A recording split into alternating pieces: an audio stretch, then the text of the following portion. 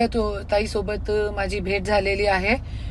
आणि जसं की आज आपण सगळे बघताय की इतके अंजली ताई दमानिया असेल, सुरेश धस भाऊ असेल आणि आता सुप्रिया ताई पण मैदानात आहे. ते पण प्रयत्न करतील मसाजोग प्रकरण मध्ये जे पाठीशी घालण्याचं काम करता आता जे सरकार आहे आणि त्याच्यावरती आमचा बोलणं झालेला आहे. आणि जे माझा मुद्दा होता, माझी गाडीमध्ये रिव्हॉल्वर टाकली गेली होती आणि कलेक्टर ऑफिसमध्ये माझी मारहाण जो झालेली आहे, गाडी फोडली गेली, हे सगळे प्रकरणवरती मी सांगितलेलं आहे की ताई जरी आपण काढू शकतात की जे जरी व्हिडिओ काढले तो 100% एक मंत्री पदाचा कसं गैरवापर करताय